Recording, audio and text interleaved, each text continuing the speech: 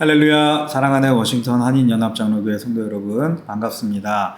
오늘도 하나님께서 하나님의 뜻대로 살아가기를 원하며 이 자리에 나온 저 여러분을 하나님의 뜻 가운데서 또 조명하여 주시길 간절히 소망합니다. 오늘 우리에게 주시는 하나님의 말씀은 열왕기하 4장 8절에서 11절까지의 말씀, 그리고 뒤이어 있는 14절부터 17절까지 말씀입니다. 오늘 이 말씀에 의거해서 역사는 반복된다 라고 하는 제목으로 하나님의 말씀을 전하고자 합니다.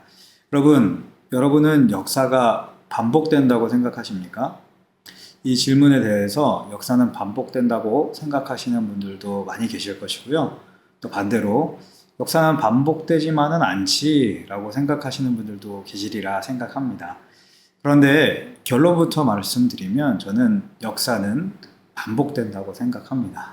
왜냐하면 제가 오늘 말씀의 제목으로 언급한 역사는 한자어로 지낼 역자, 또 사간 사자를 쓰는 의미의 역사, 곧 영어로는 히스토리라는 의미의 역사를 말하는 것이 아니기 때문입니다. 제가 쓰는 역사라는 말은 동음 이어인 불일 그러니까 맡길 역자라고도 쓰입니다. 이 글자와 일 사자를 쓰는 굳이 영어로 번역하자면 미니스트리라는 의미로서 이 단어를 사용했기 때문입니다. 그렇습니다. 지나가는 시간의 흐름을 기록해 놓은 역사, 히스토리는 반복되는 것 같지만 항상 정확하게 반복되지는 않습니다. 그러나 하나님께서 우리에게 하시는 일인 역사, 곧 하나님의 미니스트리, 하나님의 역사는 시간과 공간과 또 환경에 구애 없이 항상 정확하게 반복되는 것입니다.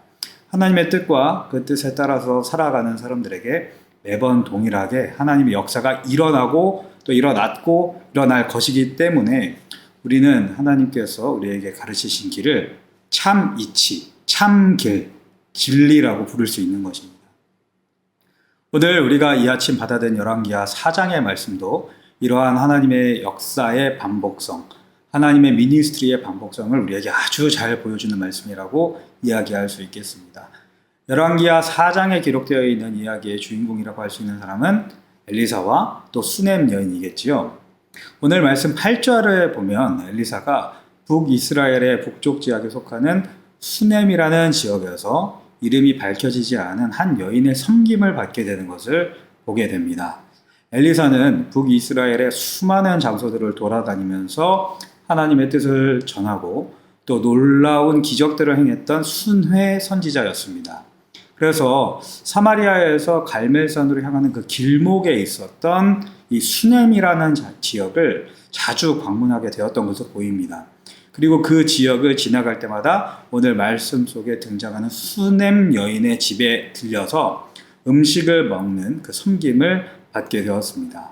그런데 오늘 말씀 9절에서 10절을 보면 이 수넴 여인의 엘리사를 향한 그 섬김이 엘리사가 들를 때마다 음식을 대접하는 것을 한 발짝 더 넘어서서 더 깊어졌다는 사실을 우리가 보게 됩니다.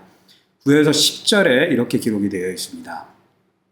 여인이 그의 남편에게 이르되 항상 우리를 지나가는 이 사람은 하나님의 거룩한 사람인 줄을 내가 아노니 청하건대 우리가 그를 위하여 작은 방을 담 위에 만들고 침상과 책상과 의자와 촛대를 두사이다.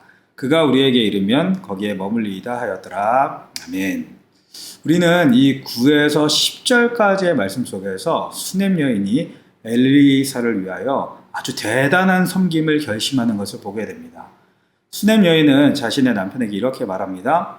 자신의 집 위에 작은 다락방을 만들고 그곳에 책상, 또 침상, 또 의자, 촛대 등을 두어서 엘리사가 올 때에 그 다락방을 내어주면 좋겠다라고 말입니다. 자, 이 말을 해석해 보면 엘리사 선지자만을 위한 또 엘리사 선지자 전용의 공간을 만들겠다는 그런 말이 되는 것입니다. 자, 그렇다면 수넴 여인은 이런 엄청난 도움과 섬김을 엘리사에게 베풀 생각을 어떻게 하게 되었던 것일까요?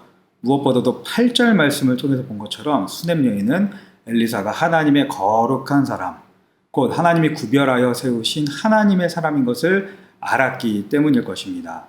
우리는 이 말씀을 보고 그렇게 감흥이 없을 수도 있겠습니다. 뭐 이런 생각을 할 수 있는 것이죠. 그때 당시에 엘리사가 하나님의 선지자인 것은 모두가 알고 있는 일 아니었나? 혹은 이 수넴 여인 말고도 많은 사람들이 또 엘리사를 섬기고 돕지 않았을까? 이런 생각을 할 수 있는 것이죠. 그러나 그것은 우리가 선지자의 삶을 잘 이해하지 못해서 생기는 오해 중에 하나입니다.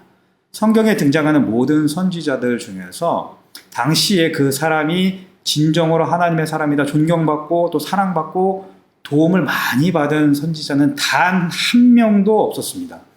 선지자들은 모두 당시에 그 선지자의 말이 의심받고 또 더 나아가서 거짓이라고 폄하당하고 더 나아가서 물리적으로 핍박당했습니다. 단 한 사람의 예외도 없이 말입니다. 그것은 능력의 또 최초의 선지자였던 모세도 마찬가지였고요. 가장 대단한 능력의 선지자였던 엘리야도 마찬가지였고, 오늘 등장하는 엘리사도 마찬가지였고, 또 문서 선지자들이라고 이야기하는 이사야, 예레미야와 같은 선지자들도 마찬가지였고, 심지어는 최후의 하나님의 말씀의 선지자, 예언자이신 우리 주 예수 그리스도도 마찬가지였습니다.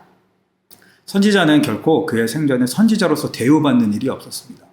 그런데 이 수넴 여인은 엘리사가 하나님의 사람인 것을 지금 정확하게 꿰뚫어 보고 알고 있는 것입니다.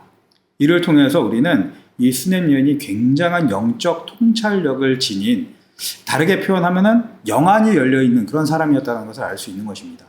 수넴 여인은 선지자의 현실이 어떤 것인지를 너무나도 잘 알고 있었습니다. 엘리사 선지자가 당하고 있는 모든 고난과 핍박을 알고 있었다라는 이야기죠. 하나님의 뜻을 전하고 하나님의 놀라운 일을 벌이고 있지만 북이스라엘의 왕과 또 사람들은 전혀 하나님께 돌아오지 않고 있는 그런 상황이었습니다. 엘리사와 같은 대단한 능력의 선지자도 외로움과 고독을 느낄 수밖에 없었겠죠.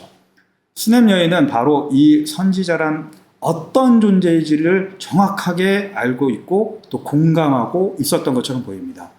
선지자들은 하나님을 위하여 하나님의 뜻 때문에 정처 없이 그 땅을 떠돌아다닐 수밖에 없는 자원하여 나그네된 그런 사람들이었던 것입니다.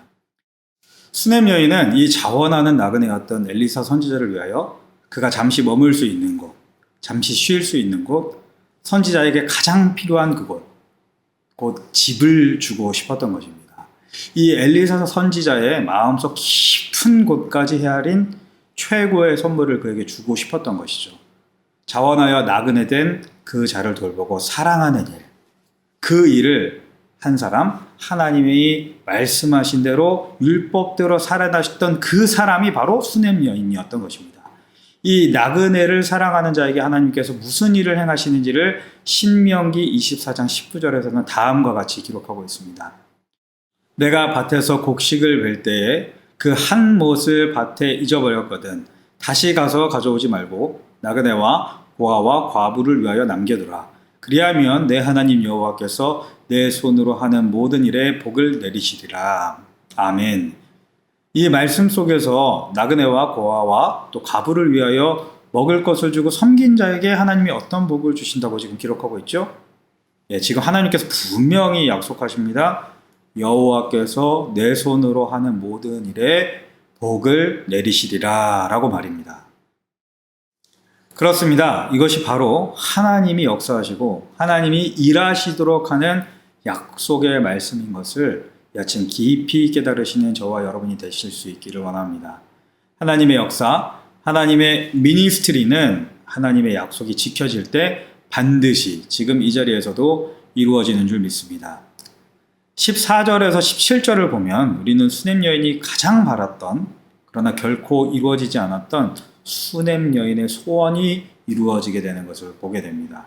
그것은 바로 닫혀 있었던 그녀의 태의 문이 열리는 것이었습니다. 이미 포기했던 그 마음속 깊은 소원이 이루어지는 복을 얻게 된 것입니다. 하나님을 위해 자원하여 나그네된 엘리사가 가장 필요한 집을 제공받았듯이 수넴 여인은 자신이 가장 필요한 자식을 얻게 되는 복을 하나님께로부터 받게 된 것입니다. 그런데 여러분, 놀라운 것은 이 일은 엘리사 선지자 때만 일어난 일이 아니라는 사실입니다.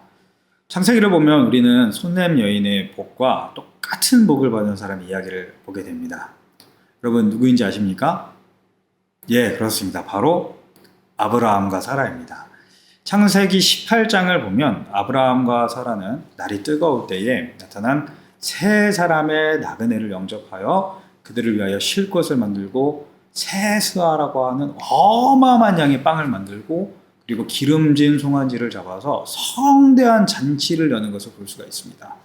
그때 하나님의 사자였던 세 사람의 나그네는 태가 끊긴 사라가 아들을 낳을 것이라고 예언하시죠. 오늘 본문 말씀 16절에서 수냄 여인이 믿지 않았던 것처럼 창세기 18장에서 사라도 이 말을 믿지 않았습니다. 그러나 하나님이 그 놀라운 일을 직접 이루어 주십니다. 수냄 여인도 사라도 1년 뒤 아들을 낳았습니다. 사랑하는 워싱턴 한인연합장로교회 성도 여러분, 오늘 이 수냄 여인이 아들을 낳는 이 말씀은 4,000년 전 아브라함의 때에도 또 3,000년 전 엘리사의 때에도 그리고 2,000년 전 나그네로서 사셨던 예수님의 때에도 심지어는 지금도 동일하게 일어나는 일임을 믿으실 수 있기를 소망합니다. 하나님의 말씀은, 하나님의 약속은 결코 변함이 없고 영원합니다.